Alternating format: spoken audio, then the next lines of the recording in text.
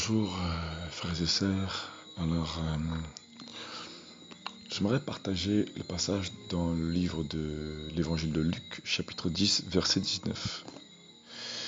Donc, voici, je vous ai donné le pouvoir de marcher sur les serpents et sur les scorpions, et sur toute la force de l'ennemi, et rien ne pourra vous nuire.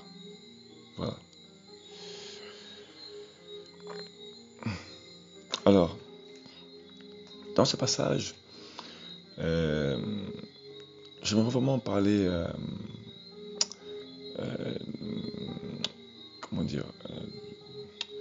du serpent premièrement. Le serpent, parce que c'est déjà le premier animal dont il parle, et dont d'ailleurs la Bible parle en tant que manipulateur. Dans le livre de la Genèse, donc un chapitre 3, lorsque la Bible parle du serpent, c'est un passage très connu. Elle dit que Genèse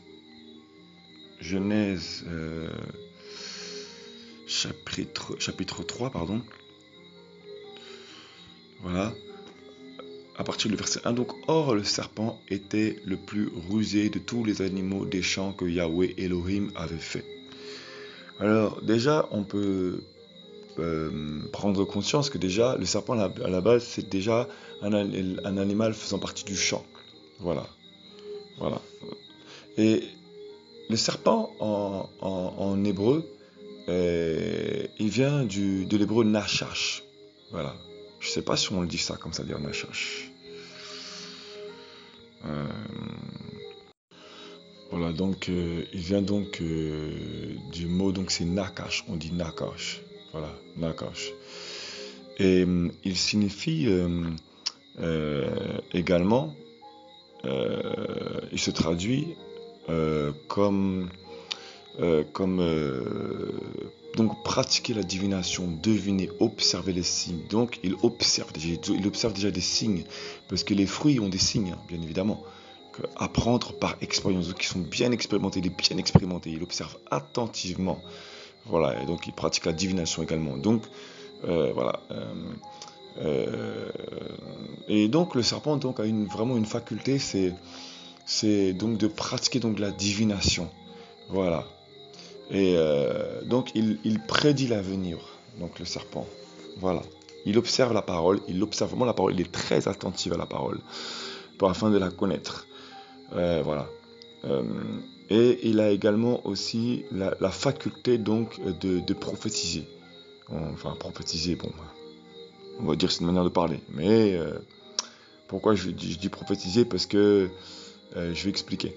Alors, donc, il faut savoir que lorsqu'on est enfant du Seigneur Elohim, Yahushua, lorsqu'on reçoit donc l'esprit du Seigneur, on reçoit automatiquement donc l'esprit, on va dire l'esprit prophétique, l'esprit de prophétie. Voilà, on n'est pas forcément prophète, mais on reçoit cet esprit parce que l'esprit de Yahweh est un esprit de prophétie.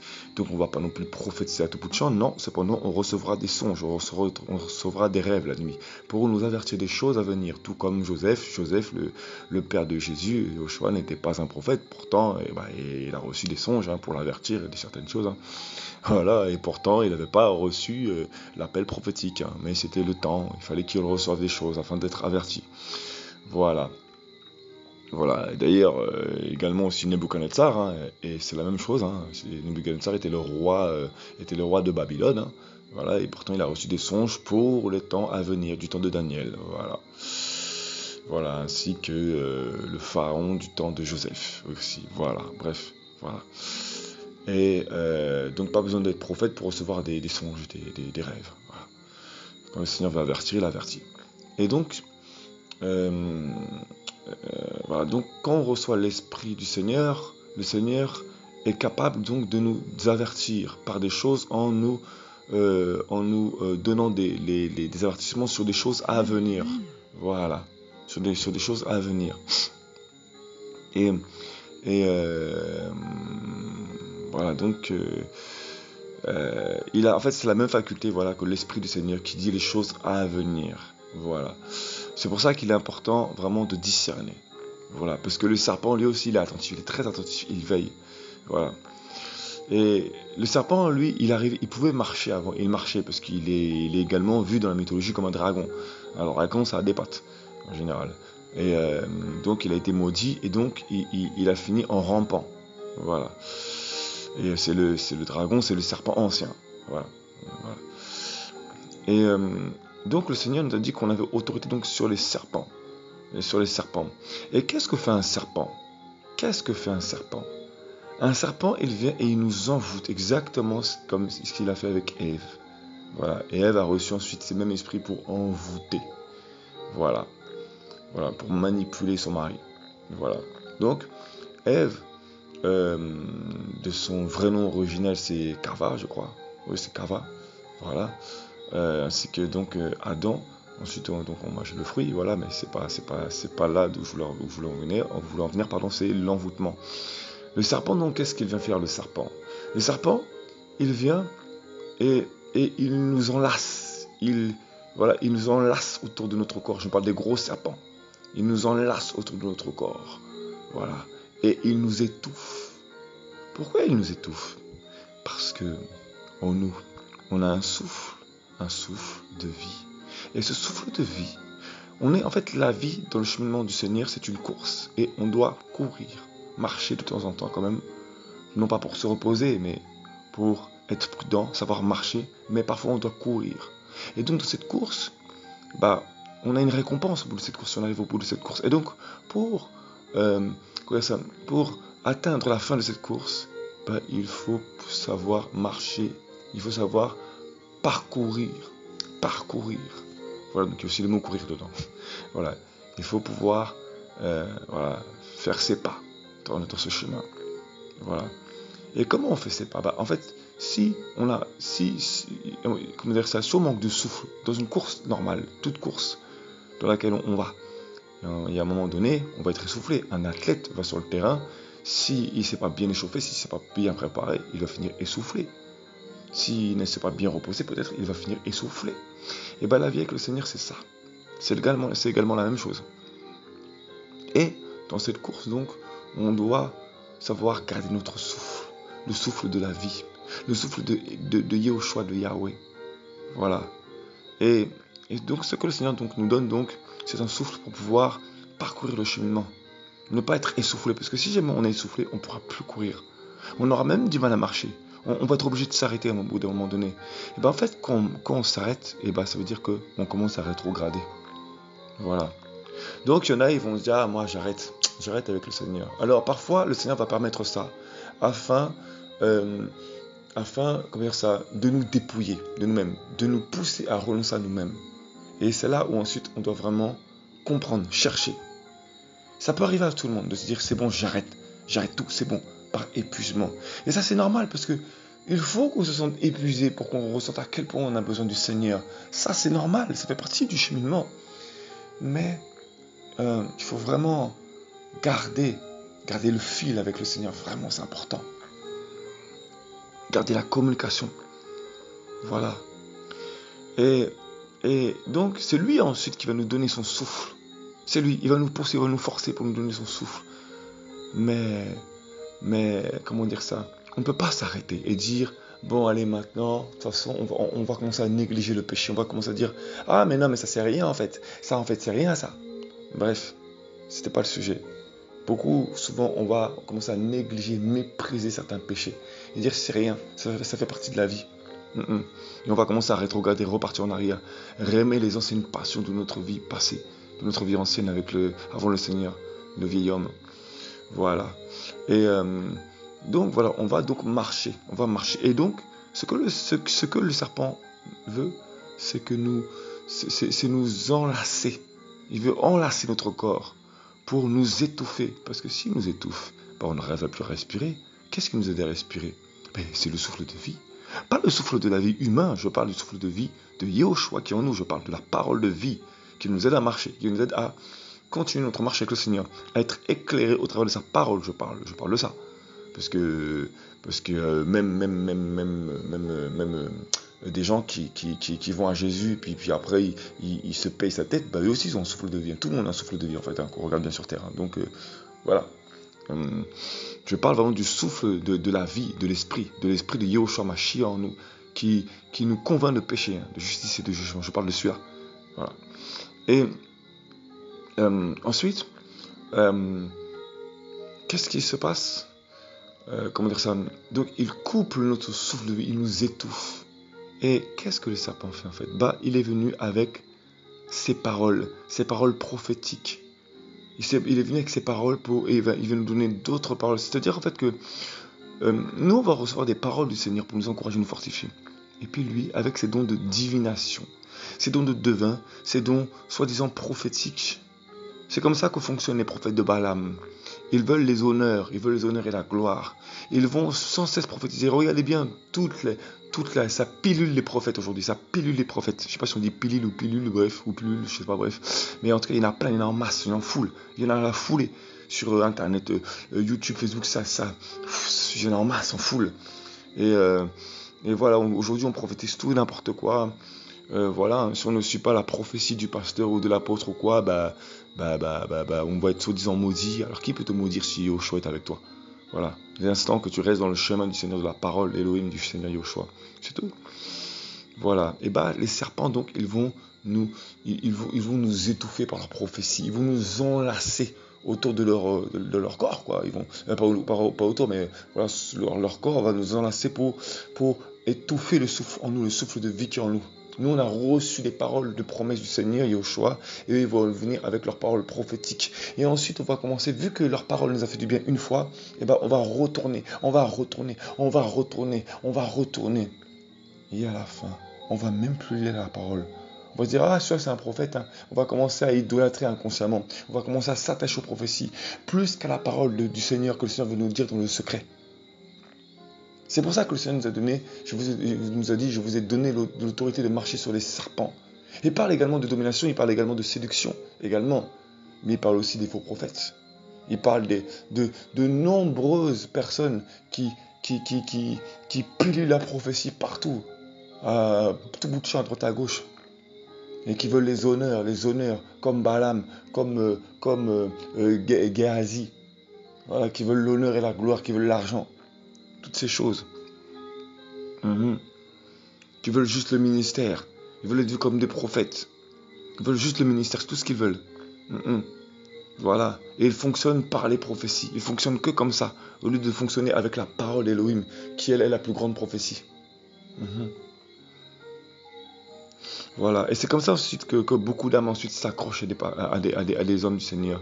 Ils ont quitté des gars des affaires pour finalement, avec des marabouts, etc., pour finalement aller dans les églises où il y a tout ça. Et ils ont dit, je suis chrétien, mon prophète est un vrai prophète et il ne te fait que te donner des prophéties.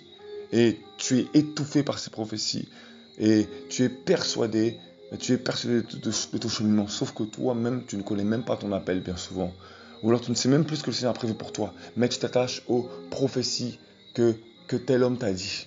Alors que le Seigneur t'a donné l'esprit de prophétie à toi-même. Et tu t'attaches à l'homme.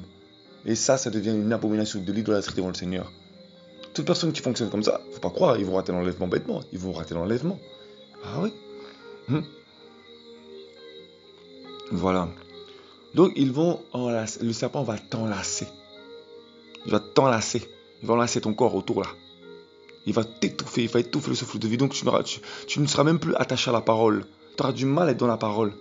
Et tu vas te faire qu'écouter ces paroles, que ces paroles à lui. Tu vas écouter que ces paroles à lui. C'est dangereux, très dangereux. Faut pas croire que ces gens-là, ils vont rester sans devoir payer la facture de ce qu'ils font. Ensuite, il va briser donc tes os. Un serpent, ça t'étouffe et ensuite ça brise tes os. Ça brise les os des hommes. Donc, qu'est-ce qui se passe? Non seulement tu ne peux plus marcher, tu ne peux plus respirer, ton souffle est coupé, tu meurs spirituellement. Mais même si tu tentais de t'échapper, tes os sont brisés spirituellement, donc tu ne peux même plus marcher en fait. Tu ne peux même plus ramper, tes os sont brisés. Voilà.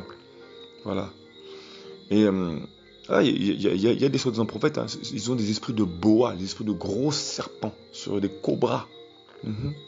Ils en envoûtent beaucoup, un bon nombre. Et voilà. Donc ensuite, qu'est-ce que va faire le serpent une fois qu'il a fait ça? Par où avale un serpent? Par où commence le serpent à avaler un homme? Par la tête. Qu'est-ce qu'il y a à la tête d'un enfant du Seigneur, de son équipement? Par la tête, il y a le casque. Le casque, c'est quoi? Le casque du salut. Pourquoi? Parce que le salut, c'est la délivrance. Tu es délivré des pensées de ce monde. Donc, vu que tu es délivré, voilà, tu n'as plus de... il s'est accaparé de ta foi. Il a brisé ta foi. Parce que maintenant, tu n'as plus foi en la parole, mais tu as foi plus en l'homme. Et tu dis, oui, mais l'homme prêche la parole, il prophétise. Et alors? Est-ce qu'il te laisse libre? Est-ce qu'il te laisse libre même? Est-ce que tu es libre même? Non, tu es tellement attaché. Et lui-même est tellement attaché à sa propre gloire, à ces honneurs qu'il attend. Aux honneurs qu'il attend, bah forcément. Bah voilà. Donc, tu n'as plus la foi. Et même l'épée de la parole, tu n'as plus parce que tu t'attaches qu'à ses prophéties. Tu t'attaches qu'à sa parole, qu'à la parole qui sort de sa bouche. C'est devenu un serpent, il est venu t'envoûter. Il t'a observé depuis bien longtemps, dans le monde spirituel. Beaucoup d'hommes, soi-disant prophètes, ce sont devenus des sorciers, des vrais sorciers. Ensuite, donc, il va donc commencer par t'engloutir en commençant par la tête, parce qu'il va briser la délivrance. Il va briser le casque. Pourquoi? Pour que ne soit, voilà, pour que tu n'aies plus la pensée du Christ, tout simplement. Voilà, tu n'as plus la pensée du Christ. Donc ta pensée c'est l'homme, la prophétie. Voilà. Ensuite, et le serpent, qu'est-ce qu'il fait d'ailleurs aussi? Bah, il mord, et quand il mord, qu'est-ce qu'il fait? Il le paralyse. Voilà. Beaucoup de choses. Et ensuite, donc, qu'est-ce que fait ensuite le scorpion? Bah, le scorpion également. Ah oui, pardon, autant pour moi. Pourquoi? C'est pour ça qu'il dit marcher sur le serpent premièrement aussi. Parce que quand tu es conscient de qui tu es dans le Seigneur, de ton identité avec le Seigneur Yahushua, et ben, quand tu es bien conscient de ton appel, peu importe que tu sois prophète ou pas, tu sais que tu as reçu l'esprit de prophétie, que le Seigneur peut te parler en ton cœur, que le Seigneur peut te révéler les choses en ton cœur. Voilà, tu n'as pas besoin d'un prophète pour te parler. Tu vas écraser la tête du serpent et tu vas lui dire au nom de Jésus, au nom de Yahushua Mashiach, j'ai reçu la parole et la parole me donne les choses qui vont venir. Je n'ai pas besoin d'un prophète pour me parler. Je n'ai pas besoin. J'ai moi-même reçu l'esprit du Seigneur qui est un esprit de prophétie. Je ne suis pas prophète, mais j'ai reçu l'esprit pour m'annoncer les choses qui doivent venir afin de m'avertir. Parce que je suis enfant d'Elohim. Et il est impossible qu'Elohim, Yahushua, Yahweh, me laisse sans me donner de réponse. Voilà. Ensuite, c'est la patience qu'il va travailler pour te répondre sur pas mal de choses, c'est tout. Voilà. L'expérience, la patience, etc. Voilà. Gloire à Yahushua. Ensuite, donc tu vas pouvoir écraser sa tête. Voilà, tu vas pouvoir écraser sa tête. Tout simplement. Voilà. Tu as les chaussures de l'évangile. Voilà, pour marcher dans la paix. Voilà. Ensuite, le scorpion, qu'est-ce qu'il a le scorpion? Alors le scorpion, il a une cuirasse et il a des pinces en guise de main. Enfin, façon de parler, de pattes. Et il a également un aiguillon, enfin un truc, la queue avec un pic. Alors qu'est-ce que fait le scorpion? Le scorpion, donc il a des pinces. Mais qu'est-ce on va commencer à te prendre avec les pincettes. Il y a la cuirasse. Qu'est-ce que c'est la cuirasse? Dans l'équipement du disciple, il y a la cuirasse de la justice. Exactement comme dans Apocalypse chapitre 9, quand c'est ce très long des cuirasses. Voilà. Et ben, le scorpion, il a une cuirasse. Il a une cuirasse. Et donc, en apparence, il va paraître juste en apparence. Mais il va vouloir accomplir sa propre justice, sa propre motivation, les motivations de son cœur qui n'honoreront pas le Seigneur Yahushua. Et au commencement, donc, il va te prendre avec des pincettes. Il va être tellement doux avec des pincettes, il va te prendre. Et il va paraître juste. Et vu qu'il va paraître juste, il va falloir que tu sondes son cœur. Et ça, il n'y a que l'Esprit qui peut le faire. Il n'y a que l'Esprit du Seigneur qui peut le faire.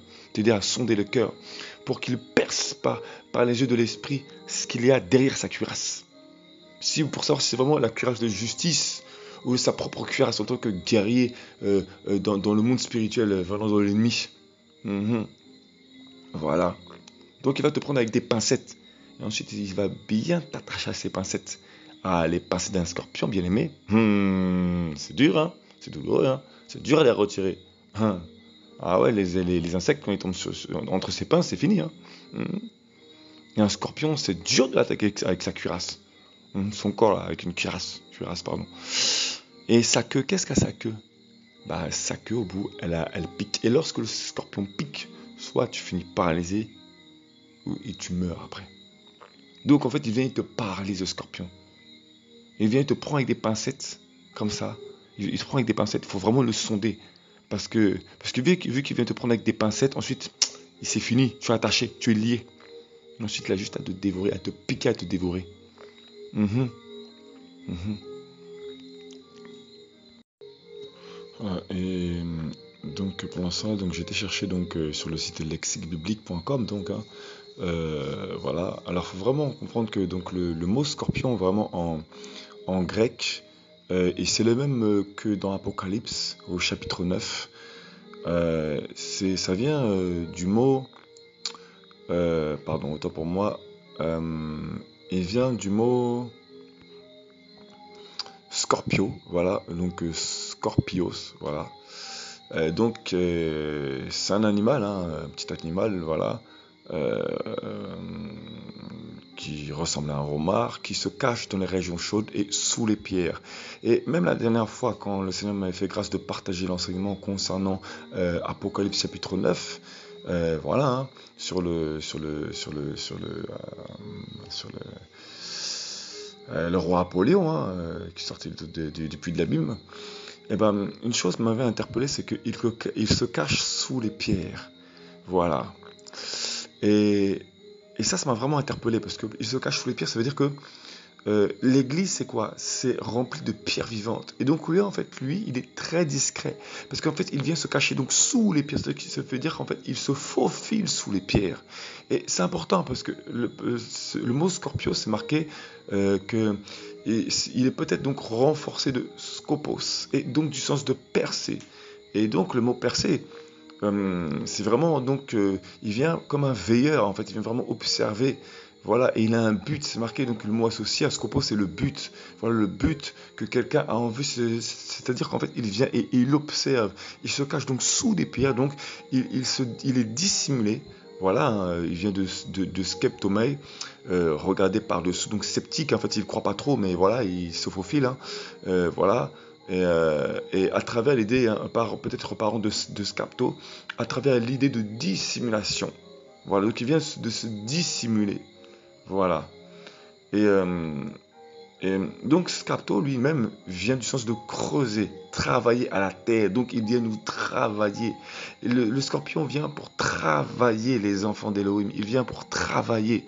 En fait, c'est la même chose que le serpent, parce que le serpent, il vient avec le sens grec de serpent. Euh, Ça vient du sens de optanomé, je crois. Optanomé, je vais chercher sur le site Lexique Biblique en même temps, je vais profiter. Optanomé, c'est ça, dans le sens donc de regarder, de voir, se laisser voir, apparaître. Donc en fait, c'est lui-même en fait qui se laisse voir. Il fait exprès d'être visible.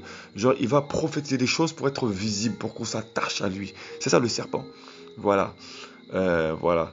Et donc, le sens du serpent, donc, c'est vraiment textuellement, donc, c'est regarder fixement, c'est-à-dire qu'il va t'observer, il va vraiment t'observer.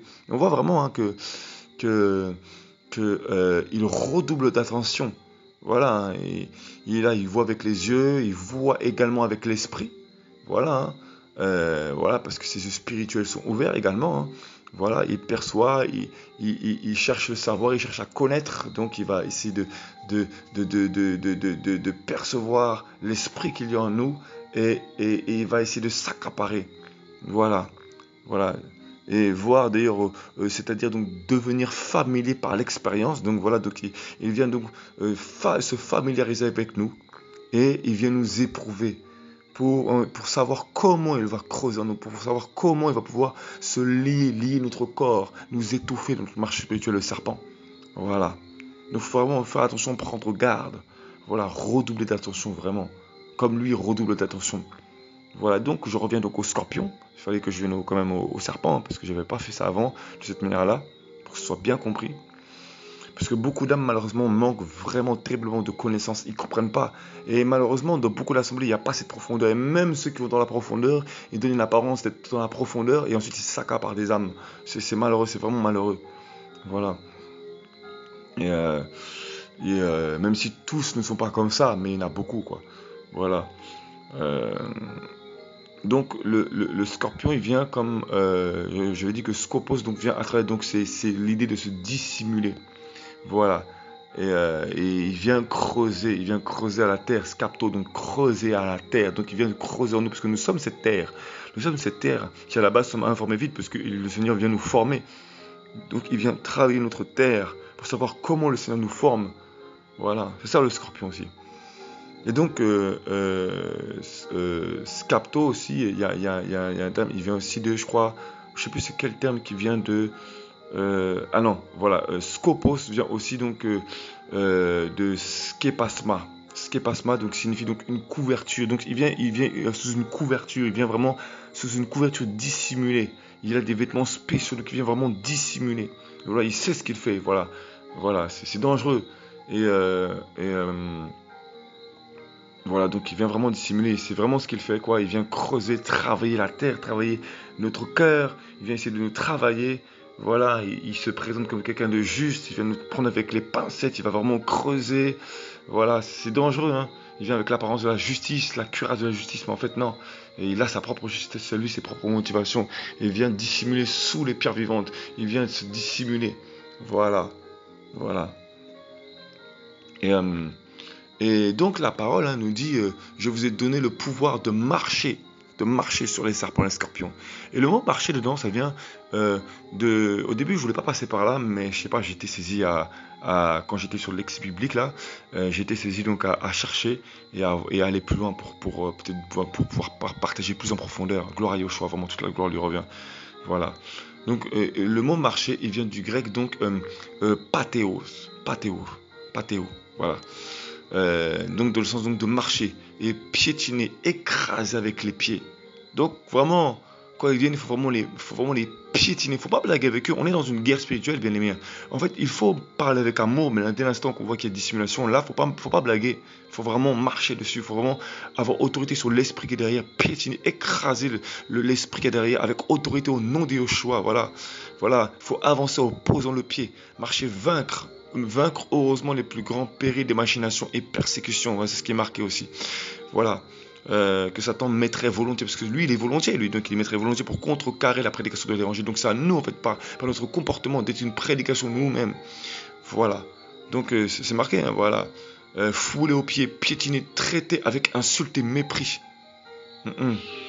Donc en fait il faut vraiment lui montrer en fait à l'esprit que voilà qu'on est dans le qu'on a l'autorité, quoi, vraiment. Ça veut pas dire mépriser la personne qui a ça, mais montrer l'esprit qui est derrière, qu'on a l'autorité au nom de Yoshua, voilà. Et donc le mot pathéo vient de paio, paio. Donc frapper, donner un coup, donc faut pas blaguer. C'est vraiment un combat, une guerre, faut pas blaguer, donc frapper, donner un coup, piquer, frapper ou blesser avec un aiguillon, un dard. Donc nous-mêmes, notre parole ensuite devient comme un dard. C'est-à-dire que ce que nous a fait le scorpion et le serpent, à l'esprit qui est derrière, il faut lui rembourser. Il faut lui faire comprendre qu'il ne faut pas jouer. On n'est pas là pour jouer. On n'est pas là pour jouer en guerre. Voilà. Je parle pas combattre la chair et le sang, je parle de l'esprit. Voilà. Et donc c'est un verbe primaire, donc frapper, donc comme un coup, comme par un simple coup. Voilà. Et moins violemment, voilà. Donc tupto donc vient de frapper, battre, donner d'un coup, donc c'est un coup de fouet, etc. Voilà. Voilà, donc gloire à Yoshua. Voilà, c'est ce que je voulais vraiment partager. Voilà, donc faut vraiment pas blaguer, on est vraiment en guerre spirituelle. Et voilà, l'ennemi lui va pas blaguer avec nous. Voilà, ce que je voulais vraiment partager, quoi. Alléluia. Béni soit le Seigneur. Au nom de Yoshua. Voilà.